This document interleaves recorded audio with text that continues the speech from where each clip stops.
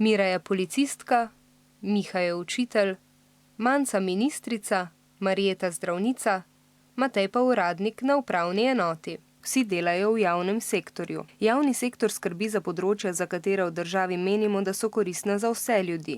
Zato morajo biti dostopna vsem. Ker je javni sektor koristen za vse, denar zanj prispeva država. Kako visoke naj bodo plače ljudi v javnem sektorju, določa zakon. Poslanci pa vsako leto s posebnim dokumentom, ki mu rečemo državni proračun, določijo, zakaj bo država porabila denar. Tudi koliko bo namenila javnemu sektorju. Javni sektor ne prinaša dobička neposredno, skrbi pa, da imajo ljudje boljša življenja. Boljši kot je javni sektor, bolj so ljudje zdravi in izobraženi, kar vpliva na gospodarstvo in premoženje države.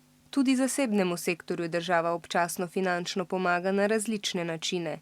Denimo, ko želi podjetnik odpreti novo tovarno, zaposliti veliko število ljudi ali ko je v finančnih škripcih. Sicer pa zasebni sektor skrbi sam zase svojo dejavnostjo, ki prinaša dobiček. V zasebni sektor torej spadajo podjetja, ki imajo lastnika in temu podjetje prinaša denar. S tem denarjem lastnik plačuje svoje delavce. Kako visoke so plače delavcev, določijo lastnik in delavci sami. Javni sektor je torej ta, ki dela v dobro skupnosti in zanj skrbi država skladno z zakoni in z državnim proračunom, zasebni sektor pa skrbi sam zase z dobički, ki jih ustvarja.